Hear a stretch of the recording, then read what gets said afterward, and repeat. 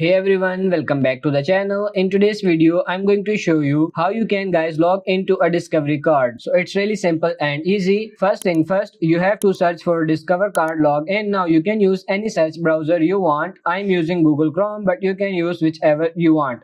Just search for Discover card login. After you search for Discover card login, what you want to do is you can see the first option over here, credit card login. You can click on it. Once you click on this, it's going to take you to the official website of Discover card. Now once you are in this page, make sure it loads up completely. If your internet is slow, it's going to take a bit of time, but make sure it loads. Once it loads, just enter your user ID over here and then enter the password of your account. And after you do that, what you want to do is just click on login and you should be able to log into a Discovery credit card account. It's that simple. And if you forgot your user ID or password, you can just click on these two to recover it. If you want to create an account, you can click on register your account.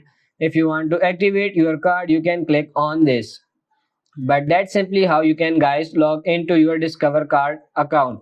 I hope this video was helpful. If it is, like it and subscribe to the channel. Thank you.